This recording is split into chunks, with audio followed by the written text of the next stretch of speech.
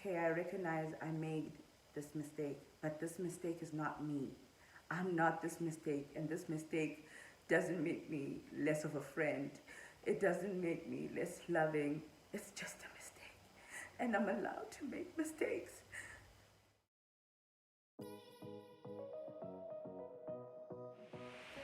Hi, friends. My name is Tule, the love activist.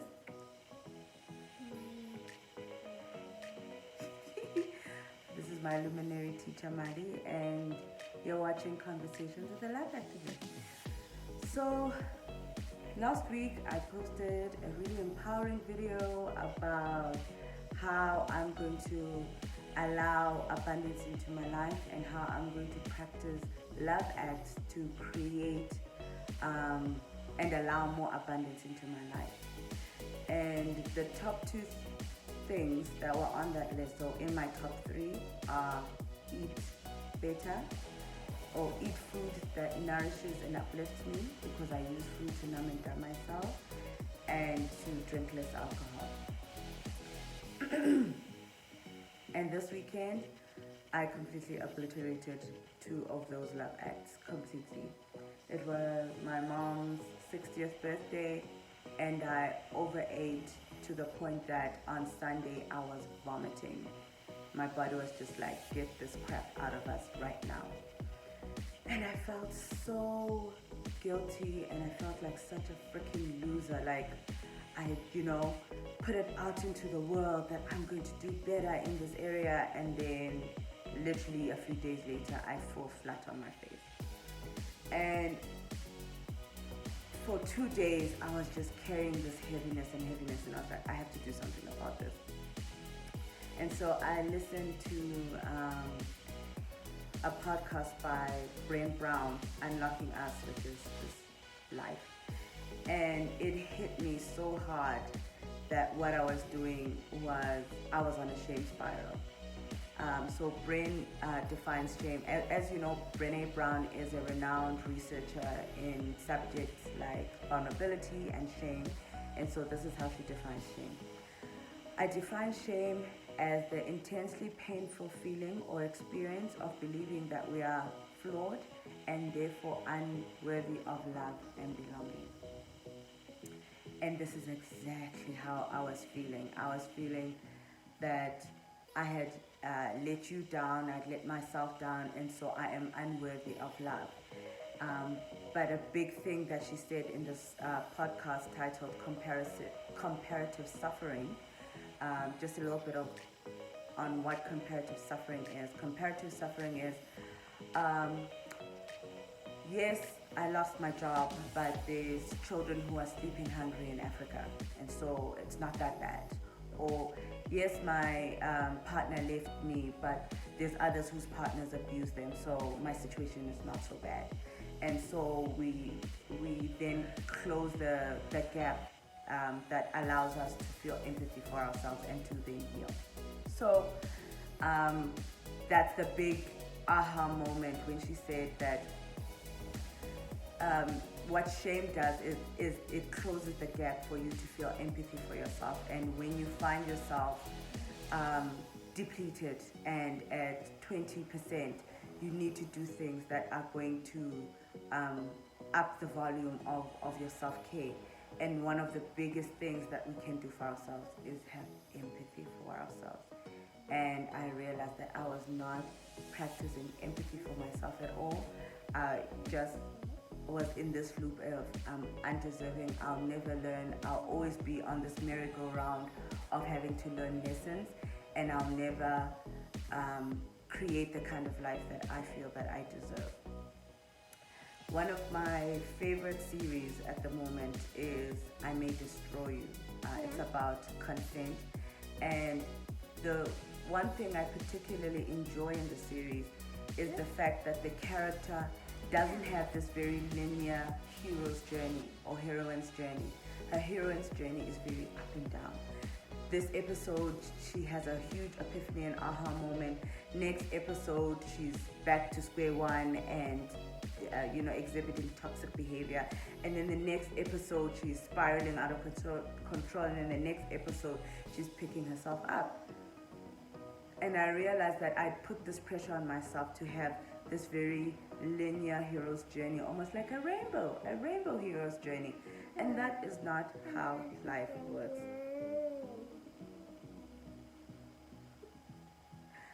I had put this pressure on myself that now that I've put it out there, now that I'm sharing these videos, now that I'm doing this work, my journey has to go like this.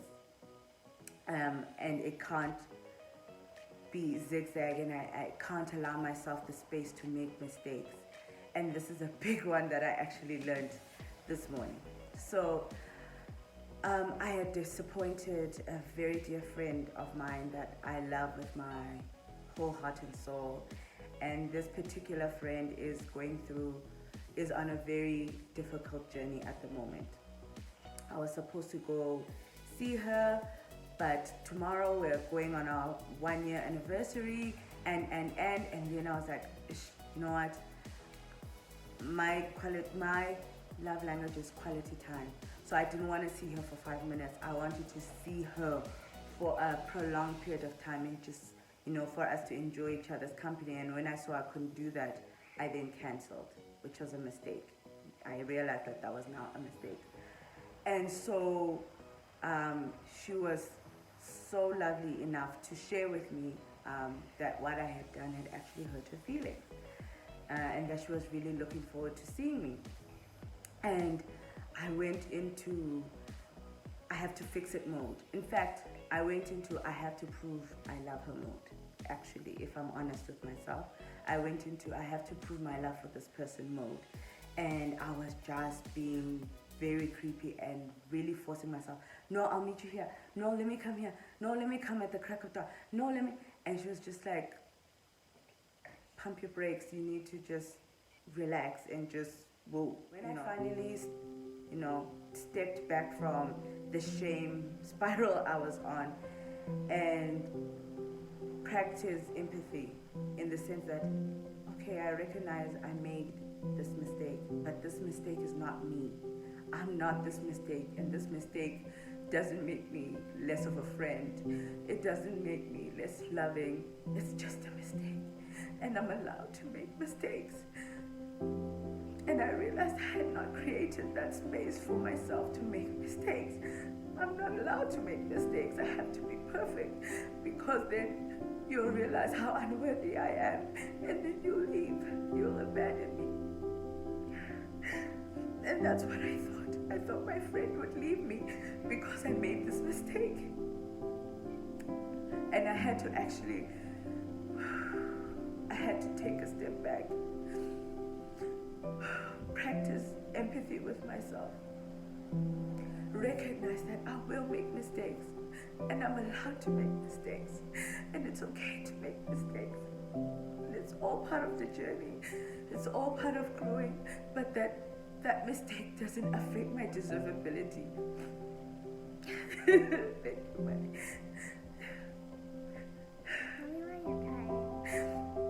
Because I'm having an aha moment.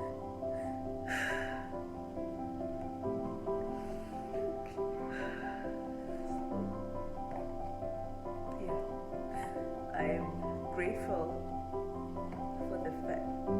I'm grateful for the fact that I made those mistakes, because I wouldn't have realized that. I'm so grateful that I made those mistakes, because without them, I wouldn't have realized that I'm still trying to earn love. I'm still trying to earn deservability, and I think that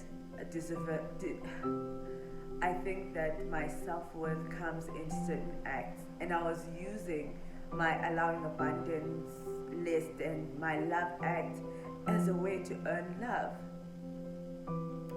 instead of as a way to reinforce the love that is already there and the love that I already believe I have and deserve. So yeah, expect a very up and down journey with me, guys. I'm learning to be gentle with myself. not to put too much pressure on myself to be perfect and to know everything and to get it right the first time. I won't. And that, I suppose, is part of love activism. Love activism gives you the space to make mistakes, to fall and to get up, but to fall gently and with grace, and to try harder.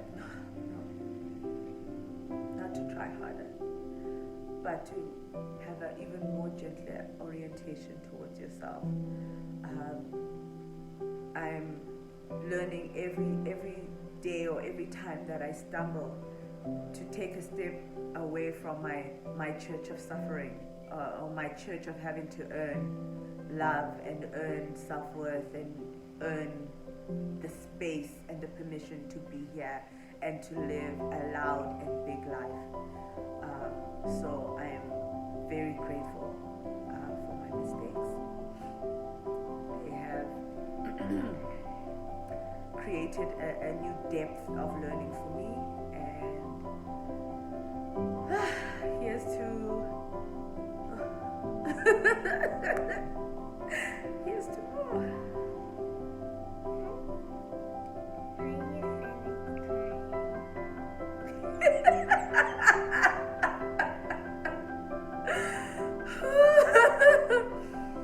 Yes, Sensei, I'm finished crying.